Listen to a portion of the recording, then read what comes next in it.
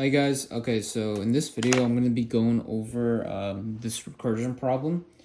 Our task is to write a function, right, in C++ to find the sum of every even index in Fibonacci sequence for integer n. So the first thing is let's go ahead and understand that problem. And so what this means is, right, this problem is asking, hey, assuming you have access to the Fibonacci function right here, find the Fibonacci sequence, find the even indices in the Fibonacci sequence for integer n, and go ahead and sum up those values. So what I did was, hey, let's say our Fibonacci sequence, let's say we run the Fibonacci sequence for n equals 6, right? This is the integer that they give us as an example. We're going to go ahead and write out the Fibonacci sequence using the Fibonacci function. And I'm going to go ahead and indicate the even indices. Once we do that, we go ahead and add 0, 1, 3, 8, and our expected output is 12. Right, so this is what the problem is asking. Find the Fibonacci sequence for integer n, and if current index is even, add it to the sum. If not, don't do anything. Just move on to the next index. Okay, so now that we understand the problem, and again, just want to make sure that we are given this function to use within our problem, let's go ahead and dive into the actual, programming. So when you think about a recursion problem, what's the first thing that pops into your head, right? It's the base case. So what is the base case? When do we stop? Well, we stop when our index is greater than n, right? Because again, if we're at index here, right, index 7, if we're at index 7, oh no, this is index 6, right? Because this is 0, 1, 0, 1, 2, 3, 4, 5, 6, 7. All right, if we're at index 7, we are way past the index, our n value of 6. And, obviously, if our Fibonacci sequence is only, 6 integers long, this right here wouldn't even matter for us. So that's why we have to write a base case where, hey, if our index, right, for example, in this case, if it's 7, let's just go ahead and stop our function. So I'm going to write if index, right, is greater than n is the length of the Fibonacci sequence, and index is the current position we are in the recursion stack, we're going to go ahead and just return 0. Again, if we're here, there's no value needed to be calculated, so 0 makes sense. I mean, it makes sense, right? Because if index is bigger than n, we don't need to keep going. So now let's think about it. What did we say earlier? We said, hey, we're going to find the Fibonacci sequence of integer n. But we can't really find the Fibonacci sequence at once, right? As a whole, we can't just list out all these numbers at once. We have to stop at every index and calculate its current Fibonacci sequence, right? So in this step, we need to calculate. I'm going to create a new variable called current Fibonacci. And I'm going to use the function that we are given, Fibonacci, to calculate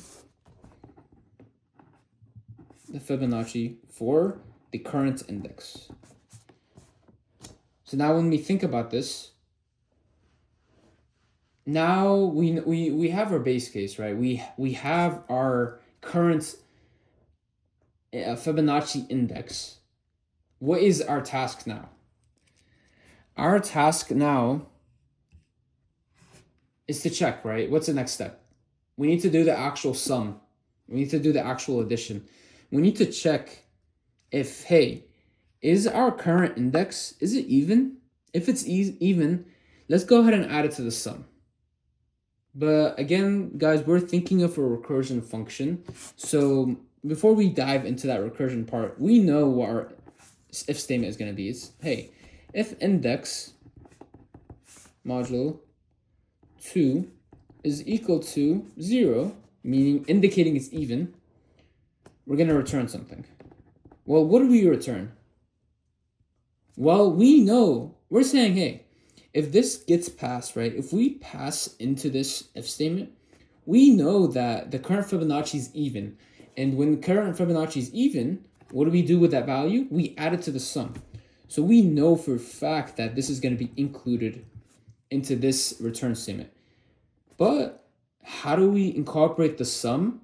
That's, this is where it gets a little confusing, but I mean, it's similar to this.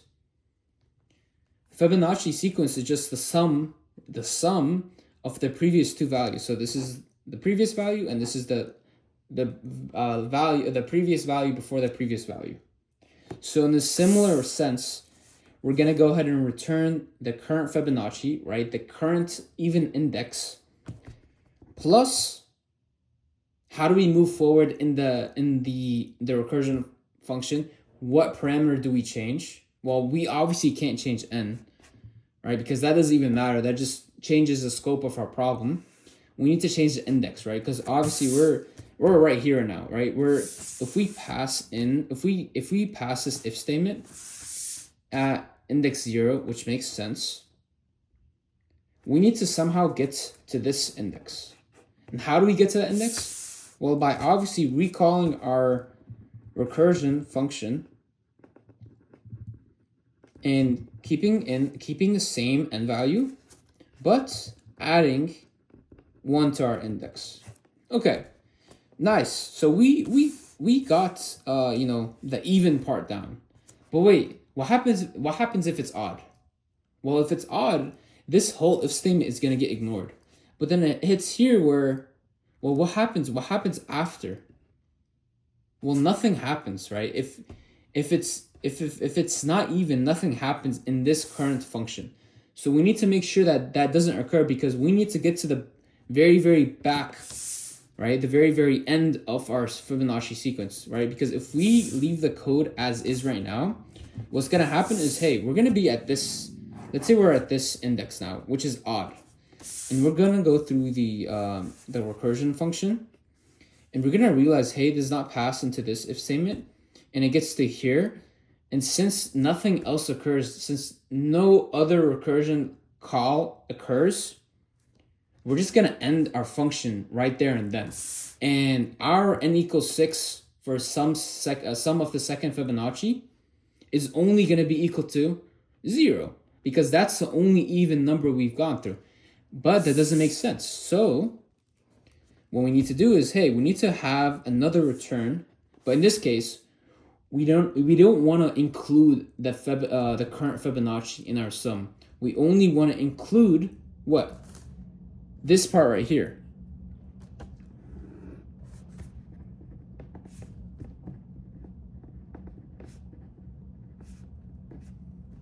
Same idea though. We are going to move to the next index to progress the recursion function. And this is our complete function, right? I'm gonna go ahead and go through it one more time. Base case.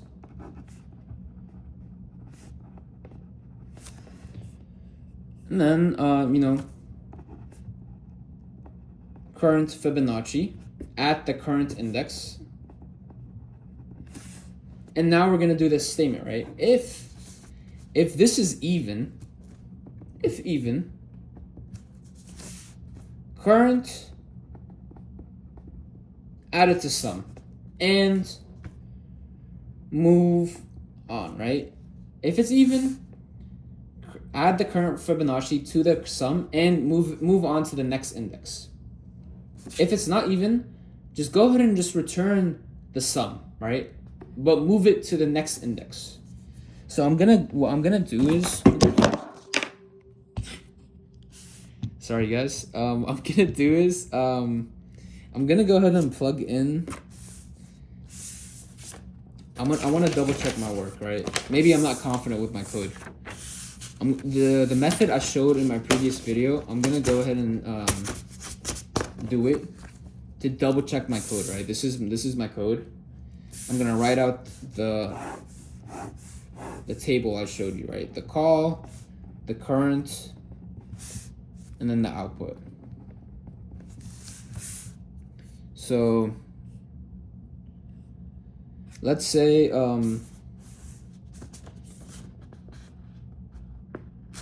we want to use 0, 1, 1, 2, and 3. Let's say we want to use n equals 4 instead of n equals 6, right? Just for simplification purposes.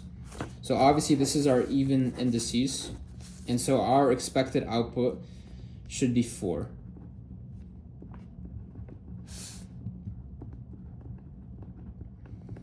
Right?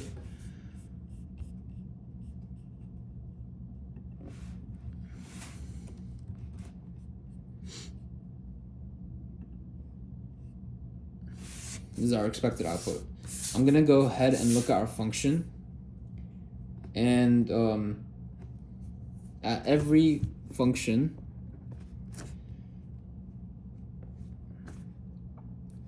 we pass in 4 and current index, right? 4 and current index. 4 current index.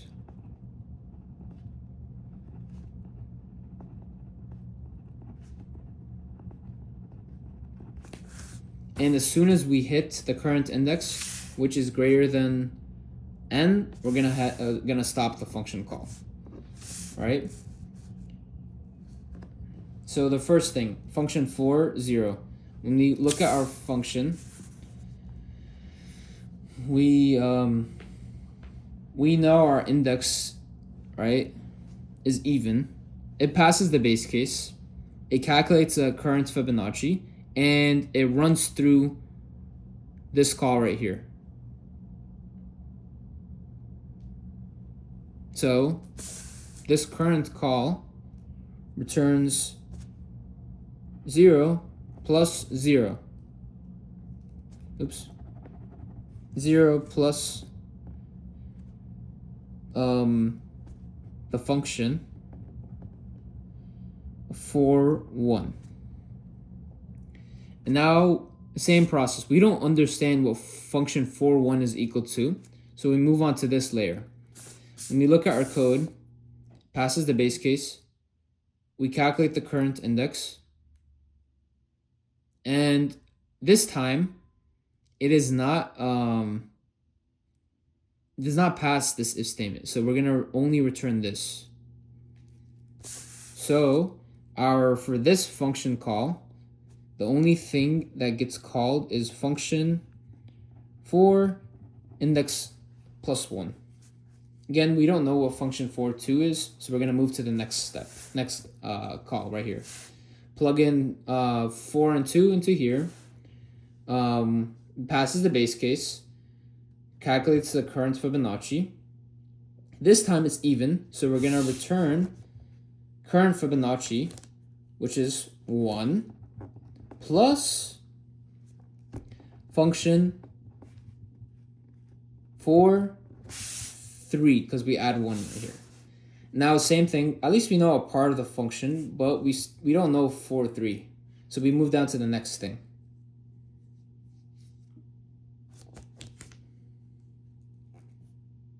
4, 3, right? 4, 3, passes base case, calculates the current index. It's not even, move to the next step. So we return function 4, 4. Again, we don't know that value, so we're going to move to the next step. Passes the base case.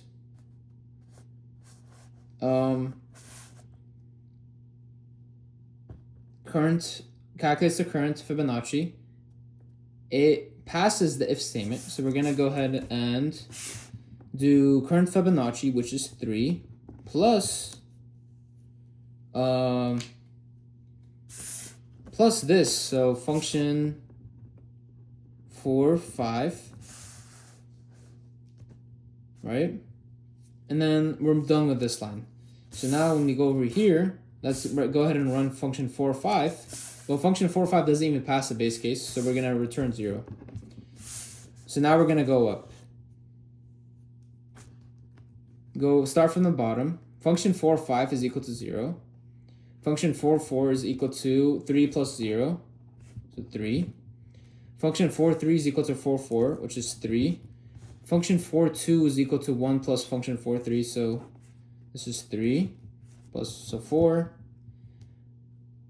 Function 4, 1 is equal to function 4, 2, which is just 4. Function 4, 0 is equal to 0 plus function 4, 1, 4. So this matches up with our expected output. And so again, this is my method of checking my work. Sorry if I butchered it, but please message me if you have any questions about how I checked my work. But please also refer to my previous video about tracing a recursion problem. But this is the final code. Again, I checked it with my method. And please let me know if you have any questions. Thank you.